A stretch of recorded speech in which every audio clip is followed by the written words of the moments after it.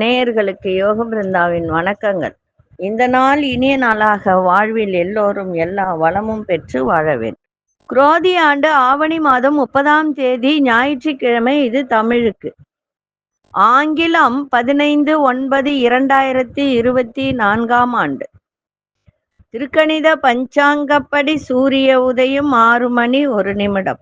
திதி இன்று மாலை 3 மணி 30 நிமிடம் வரை துவாதசி, பின்பு திரையோதசி. நட்சத்திரம் மாலை 5 மணி 3 நிமிடம் வரை திருவோணம், பின்பு அவிட்டம். நாம யோகம் இன்று பிற்பகல் 2 மணி 4 நிமிடம் வரை அதிகண்டம், பின்பு சுகர்மம். கரணம் மாலை 3 மணி 30 நிமிடம் வரை பாலவ கரணம், பின்பு கௌளவ கரணம். அமிர்தாதி யோகம் மாலை 5 மணி 3 நிமிடம் வரை அமிர்த யோகம், அதன் பின்பு மரண யோகம். நல்ல நேரம் காலை 7:45 முதல் 8:45 வரை, மாலை 3:15 முதல் 4:15 வரை. ராகு காலம் 4:30 மணி முதல் 6 மணி வரை. யமகண்டம் பகல் 12 மணி முதல் 1:30 வரை. குளிகை பிற்பகல் 3 மணி முதல் 4:30 வரை. சுப வேலைக்கான ஒரு நல்ல நேரங்கள் 10:45 முதல் 11:45 வரை.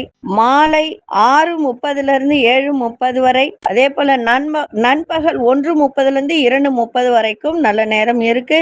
வாரசுல மேற்கு பரிகாரம் வெள்ளம், சந்திராஷ்டம நட்சத்திரம் இன்று மாலை 5 மணி 3 நிமிடம் வரை திருவாதிரை, அதன் பின்பு புனர்பூசம். நேத்திரம்னா கண்ணுன்னு அர்த்தம்.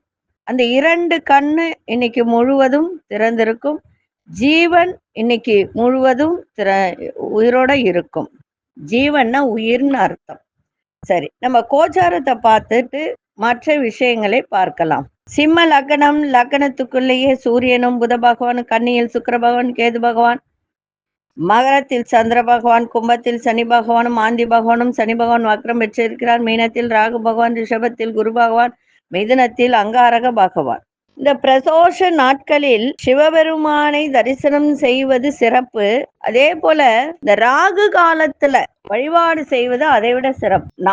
அதாவது ஆதிவார பிரதோஷம் அப்படின்னு சொல்லக்கூடிய ஒரு நாள் இன்னைக்கு. சிவனுக்கு திங்கட்கிழமை உகந்ததுதான் இல்லைன்னு சொல்லல. ஆனா ஞாயிற்றுக்கிழமை என்பது சூரியனுடைய ஒரு நாள். சூரியன்னா யாரு? சிவபெருமான். அதனால இன்று பிரதோஷம் அப்படின்னும் போது இன்னும் சிறப்பானதாக இருக்கும். பிரதோஷ வழிபாடு செய்யுங்க. பிரதோஷத்தை பத்தி நிறைய சொல்லணும்னு அவசியம் இல்லை.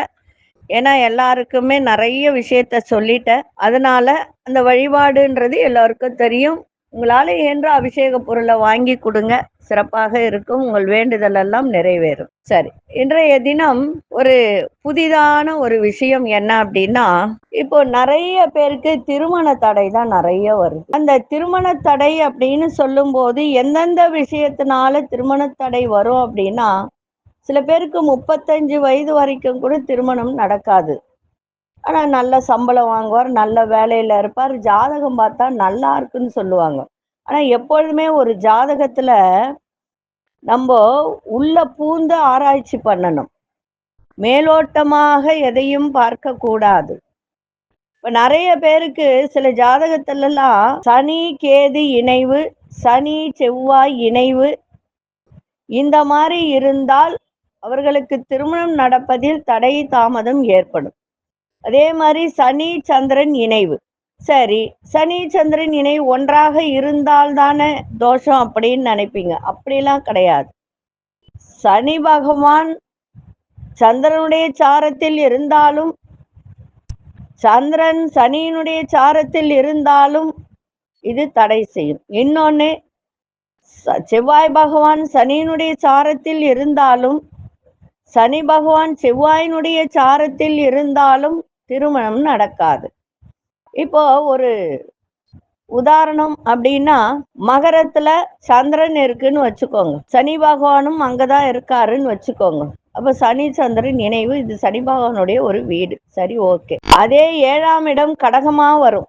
அந்த கடகத்துல செவ்வாய் பகவான் நீச்சம் பெற்று இருக்கிறார். சரி, ஆனா அதே செவ்வாய் பூச நட்சத்திரத்தில் இருந்தால், நல்லா புரிஞ்சுக்கணும், பூச நட்சத்திரத்தில் இருந்தாலும், சனி செவ்வாயை பார்த்தாலும், செவ்வாய் சனி பகவானை பார்த்தாலும், இங்கு இது தோஷம் அப்படின்றது வேற. நான் தோஷத்தையே நான் சொல்ல வரல. இந்த மாதிரி இருந்தால் திருமண தடை ஏற்படும். அதுக்குதான் ஒரு ஜாதகத்தை எப்பொழுதுமே உள்நோக்கி பார்க்கணும், மேலோட்டமாக பார்க்க கூடாது. அதே மாதிரி செவ்வாய் தோஷம் அப்படின்னு சொல்லும் போது, மேஷத்தில் செவ்வாயோ விருச்சிகத்தில் செவ்வாய் இருந்தாலும் தோஷம் இல்லை, கடகத்தில் செவ்வாய் இருந்தாலும் தோஷமில்லை. ஆனா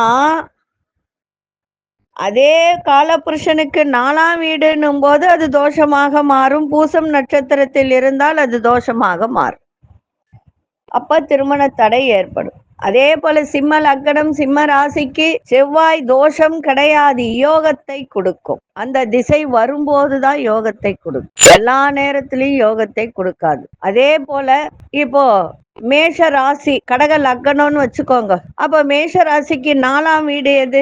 சந்திரனுடைய ஒரு வீடு. சரி, மீனத்தில் சனி கேது இணைவு. இந்த 7ஆம் வீட்டுல செவ்வாய் ராகு இணைவு. லக்னத்துக்கு 2ஆம் வீட்டு அதிபதி 6ஆம் இடத்தில் இருக்கிறார். 6ஆம் வீட்டு அதிபதியும் 6ஆம் வீட்டில் இருக்கிறார். அப்படி இருக்கும்போது அதே சுக்கிர பகவானும் 6ஆம் வீட்டில் இருக்கிறார். இப்ப இந்த இடத்துல குருவுக்கு தோஷம் கிடையாது. 6ஆம் வீட்டுல குரு இருக்கலாம் கடகராசிக்கு, அது ஒன்றும் தப்பு கிடையாது. ஆனால் இங்க சூரியன் சுக்கிரன் இணைவு வருது. கடகராசிக்கு பாதகாதிபதி தானே சுக்கிரன். அப்படி இருக்கும்போது இந்த பிள்ளைக்கு எங்க போய் பொண்ணு பார்த்தாலும் அமையக்கூடிய வாய்ப்பு கிடையாது. நீங்க கேட்கலாம், 7ஆம் வீடு சுத்தமா இருக்கு, அப்ப எப்படி அமையாது? அதே 7ஆம் வீட்டு அதிபதி தானே சனியோட கேதுவும் செவ்வாயோட ராகும் இணைந்து நேர் பார்வையில இருக்காங்க. இப்ப அங்க சனி செவ்வாயும் இணைவு வருது, செவ்வாய் கேதுவும் இணைவு வருது, சனி ராகுவும் இணைவு வருது. இப்போ அந்த இடத்துல திருமண தடை ஏற்படக்கூடிய வாய்ப்புகள் நிறைய உண்டு. ஒரு ஜாதகத்தை பார்க்கும்போது திருமணத்துல ஏன் தடை அதுக்கு உண்டான பரிகாரத்தை பண்ணணும். நான் ஏற்கனவே சனி செவ்வாய் சேர்ந்தா என்னென்ன பிரச்சனைன்றத போன வாரம் நான் பதிவுல போட்டேன், அதுக்கு உண்டான கோவிலையும் போட்டிருக்கேன். அதனால இந்த மாதிரி உள்ள ஜாதகங்களுக்கு திருமண தடை நிறைய ஏற்படும். இதுக்கு உண்டான பரிகாரத்தை செய்து திருமணத்தை செய்யுங்க. ஏன்னா மேலோட்டமா ஒரு ஜாதகத்தை பார்த்துட்டு ராகு கேது இருக்கா, காலஸ்திரிக்கு போக சொல்லுவாங்க, திருப்பாம்பரம் போக சொல்லுவாங்க, இந்த மாதிரி நிறைய இருக்கு. அதெல்லாம் விட்டுடுங்க. ராகு கேது எல்லாருக்குமே இருக்கும், இருக்காம இருக்காது. சரிங்களா? எந்த ஜாதகத்தை எடுத்தாலும் ராகு கேது சம்பந்தப்படாமல் எந்த ஜாதகமும் இருக்க முடியாது. அதனால அதை மட்டும் பார்க்காதீங்க, உள்நோக்கி பாருங்க. அப்பதான் உங்க பிள்ளைகளுக்கு ஏன் திருமணம் நடக்கல, ஏன் குழந்தை பிறக்கல, ஏன் நல்ல வேலை கிடைக்கல. இப்ப சனி செவ்வாய் இருந்தால் போராட்டம், வேலையில போராட்டம், திருமணத்துல போராட்டம், குழந்தை பிறக்கிறதுல போராட்டம், சம்பளம் நிறைய வர்றதுல கூட போராட்டம் ஆகும். அதே போல புணர்வு தோஷம்னு ஒரு தோஷத்தை பத்தி நான் சொல்லியிருக்கேன். சனி சந்திரன் அந்த மாதிரி இருக்கிறவங்க ஒரு பெண்ணை போய் பார்க்குறாங்கன்னு வச்சுக்கோங்க, இவங்களுக்கு பிடிக்கும் அவங்களுக்கு பிடிக்கும், ஆனா யாராவது 3வது மனுஷால் வந்து தேவையில்லாத பேசி அந்த கல்யாணத்தை நிறுத்திடுவோம். மணமேடையில் உட்காரும் போது தாலி கற்ற வரைக்கும் இவர்களுக்கு திருமணம் நிச்சயம் இல்லை. நிறைய ஜாதகம் இந்த புணர்வு தோஷம் உள்ள ஜாதகக்காரர்களுக்கு நிச்சயதார்த்தம் முடிந்து கூட திருமணம் நின்று போயிருக்கு. அதனால அதெல்லாம் பாருங்க, உங்களுடைய ஜாதகத்தை அலசி ஆராய்ஞ்சு பார்த்து விரைவில் திருமணம் நடக்கிறதுக்கு என்னென்ன செய்யணுமோ அதை செய்யுங்க. நிறைய கோவில் முறைகள் போட்டிருக்க, ஒவ்வொருத்தருடைய ஜாதகத்தை ஆராய்ஞ்சு பார்த்து சொல்றேன், அதுக்கு உண்டான பரிகாரத்தையும் சொல்றேன், நீங்க போய் செய்யுங்க. ஏன்னா இன்னைக்கு இருக்கிற பிள்ளைகள் பாதி வாழ்க்கைய திருமணம் நடக்காமலே தொலைச்சிடுறாங்க. அந்த மாதிரி இருக்கக்கூடாது. ஒரு பிள்ளை பிறக்குதா, பெண் பிள்ளையா இருந்தால் வயசுக்கு வந்த உடனே அவங்களுடைய ஜாதகத்தை எடுத்து கையில வச்சுக்கணும்.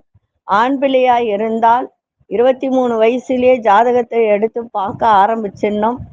என்ன பிரச்சனை, ஏது, எப்போ கல்யாணம் நடக்கும், அப்படின்றத கேட்டு தெரிஞ்சுக்கிட்டு செய்யணும். அதெல்லாம் விட்டுட்டு என் பிள்ளை இன்னும் 2 டிகிரி படிக்கணும், 3 டிகிரி படிக்கணும், நல்லா சம்பளம் வாங்கணும் அப்படின்னு நினைச்சு அப்படியே நீங்க விட்டுட்டீங்கன்னா அப்புறம் 29 வயசுல ஜாதகத்தை எடுக்கும்போது 35 வயசுக்கு போயிடும்.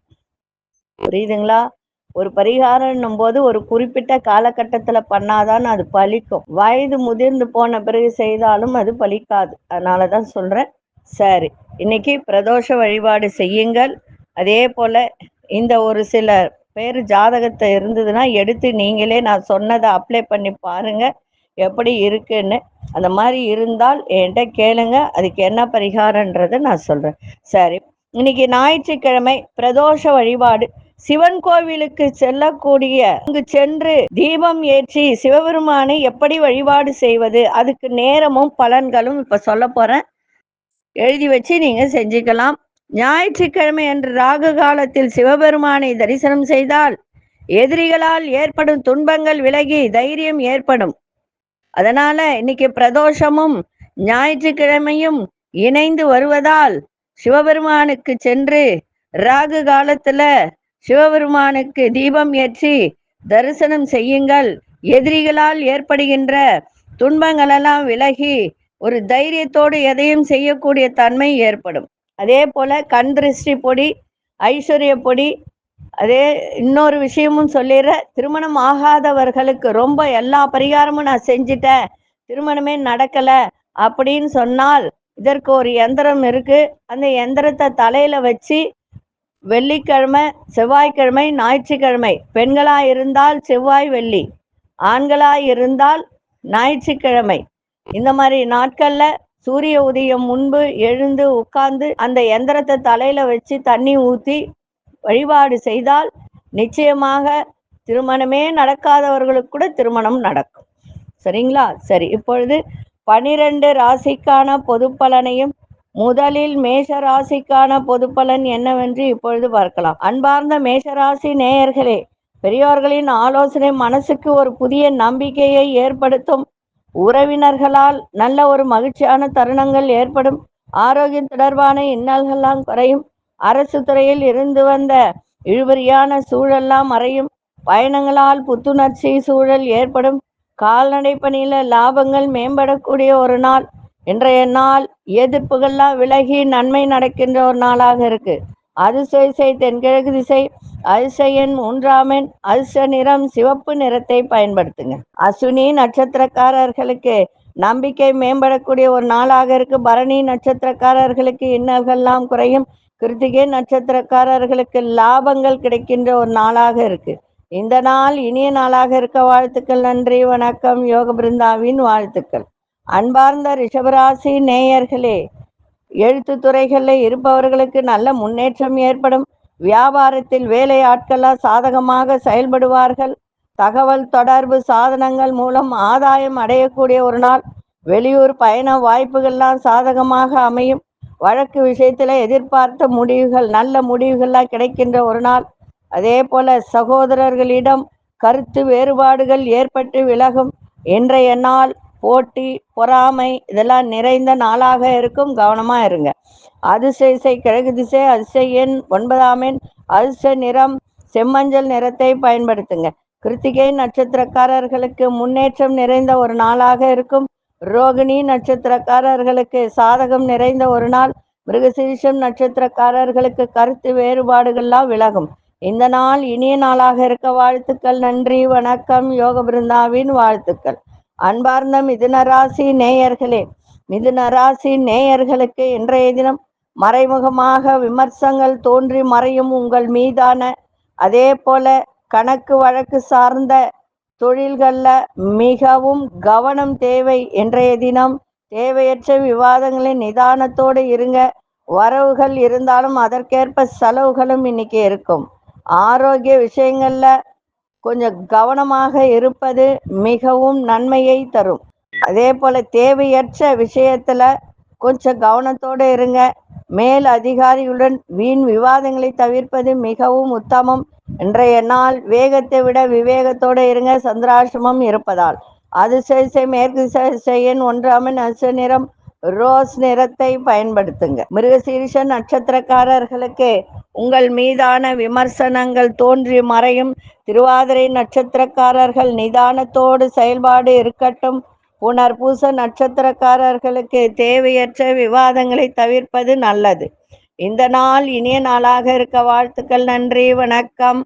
யோக பிருந்தாவின் வாழ்த்துக்கள். அன்பார்ந்த கடகராசி நேயர்களே, நண்பர்களின் ஒத்துழைப்பு மனதிற்கு சந்தோஷத்தை ஏற்படுத்துகின்ற ஒரு நாளாக இருக்கும்.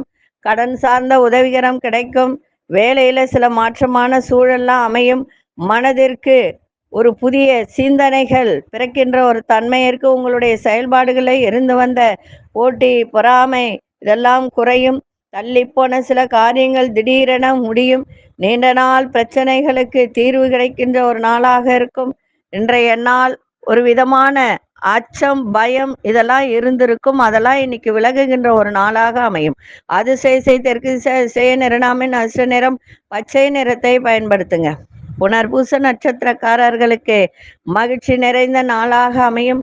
பூசம் நட்சத்திரக்காரர்களுக்கு சிந்தனைகள் பிறக்கும். ஆயில்யம் நட்சத்திரக்காரர்களுக்கு தீர்வு கிடைக்கின்ற ஒரு நாளாக இருக்கும். இந்த நாள் இனிய நாளாக இருக்க வாழ்த்துக்கள். நன்றி, வணக்கம். யோக பிருந்தாவின் வாழ்த்துக்கள். அன்பார்ந்த சிம்மராசி நேயர்களே, தாய்மாமன் வழியில் ஒத்துழைப்பு ஏற்படும். ஆரோக்கியம் தொடர்பான இன்னல்கள்லாம் குறையும். எதிர்பாராத சில பயணங்கள் மூலம் புதிய அனுபவம் கிடைக்கும்.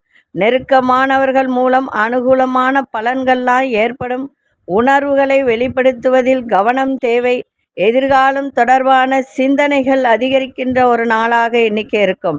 இன்றைய நாள் அன்பு நிறைந்த நாளாகவும் இன்னைக்கு அமையும். அதே சமயத்தில் கணவன் மனைவியுடைய புரிதலும் விட்டு கொடுத்தலும் இருத்தல் இன்னைக்கு மிக அவசியம். அதிசய மேற்கு திசை அதிர்ஷ்ட எண் 9ஆம் எண் அதிர்ஷ்ட நிறம் வெளிர்நீல நிறத்தை பயன்படுத்துங்க. மகம் நட்சத்திரக்காரர்களுக்கு சக ஊழியர்களும் சரி குடும்பத்திலும் சரி ஒத்துழைப்பு ஏற்படும். பூரம் நட்சத்திரக்காரர்களுக்கு புதிய அனுபவங்கள் கிடைக்கும். உத்திரம் நட்சத்திரக்காரர்களுக்கு சிந்தனைகள் மேம்படக்கூடிய ஒரு நாள். இந்த நாள் இனிய நாளாக இருக்க வாழ்த்துக்கள். நன்றி, வணக்கம். யோக பிருந்தாவின் வாழ்த்துக்கள். அன்பார்ந்த கன்னிராசி நேயர்களே, கன்னிராசி நேயர்களுக்கு இன்றைய தினம் பிள்ளைகள் ஆதரவாக இன்னைக்கு செயல்படக்கூடிய ஒரு தருணம். அதே போல கேளிக்கை சார்ந்த விஷயத்துல ஆர்வங்கள் ஏற்படும். புதுவிதமான ஆராய்ச்சி சார்ந்த சிந்தனைகள்லாம் பிறக்கின்ற ஒரு தன்மையாக இன்னைக்கு இருக்கும். அதே போல ஒரு சில விஷயத்தில் நுணுக்கமான விஷயங்களை புரிந்து கொள்ளக்கூடிய ஒரு தன்மை ஏற்படும். அறிவியல் சார்ந்த துறைகளில் உங்களுடைய திறமைகள் மறைமுகமாக இருந்து வந்த அந்த திறமைகள் வெளிப்படுத்தக்கூடிய ஒரு தன்மையில உங்களுக்கு மறைமுகமாக இருந்து வந்த ஒரு இன்னல்கள்லாம் விலகக்கூடிய ஒரு தன்மை ஏற்படும். பூர்வீக சொத்துக்கள் மூலம் லாபங்கள் ஏற்படுகின்ற ஒரு நாளாக இருக்கும். இன்றைய நாள் தனம் நிறைந்த நாளாகவும் அமைகின்ற ஒரு வாய்ப்பு. அதே சமயத்துல ஆரோக்கியத்தை பார்த்துக்க வேண்டியது மிக அவசியம். பணம் நிறைய வரும், ஆரோக்கியத்தை பார்த்துக்கணும். செலவுகளும் அதிகமாகும். அதனால அந்த செலவுகள் எல்லாம் கட்டுப்படுத்தி கொள்ளுங்க. அதிர்ஷ்ட திசை தெற்கு திசை அதிர்ஷ்ட எண் 2ஆம் எண் அதிர்ஷ்ட நிறம் வெண்மை நிறத்தை பயன்படுத்துங்க. உத்திரம் நட்சத்திரக்காரர்களுக்கு ஆர்வம் உண்டாகக்கூடிய ஒரு தன்மை. அஸ்தம் நட்சத்திரக்காரர்கள் நுணுக்கங்களை அறிந்து கொள்ளக்கூடிய ஒரு வாய்ப்பு. சித்திரை நட்சத்திரக்காரர்கள் லாபகரமான ஒரு நாளாக இருக்கும். இந்த நாள் இனிய நாளாக இருக்க வாழ்த்துக்கள். நன்றி, வணக்கம். யோக பிருந்தாவின் வாழ்த்துக்கள். அன்பார்ந்த துலாம் ராசி நேயர்களே, துலாம் ராசி நேயர்களுக்கு கல்வி சார்ந்த விஷயத்துல இருந்து வந்த குழப்பங்கள்லாம் குறையும். மாணவர்களுக்கு தந்தை வழி உறவுகளிடம் அனுசரித்து நடந்து கொள்ளுங்கள், சிறப்பாக இருக்கும். பயணம் தொடர்பான முயற்சிகள் எல்லாம் ஈடேறும். அதே போல இயற்கை மருத்துவம் சார்ந்த தேடல் ஏற்படும். மனதில் ஒரு புரட்சிகரமான சிந்தனைகள் ஏற்படுகின்ற ஒரு நாள். கூட்டாளிகளின் எண்ணங்களை புரிந்து கொள்ளக்கூடிய ஒரு தன்மை. தேவையற்ற விவாதங்களை தவிர்ப்பது நல்லது. இன்றைய நாள் பொறுமை மிகவும் அவசியம். அதிசய தென்மேற்கு திசை அதிர்ஷ்ட எண் 9ஆம் எண் அதிர்ஷ்ட நிறம் வெளிர் மஞ்சள் நிறத்தை பயன்படுத்துங்க.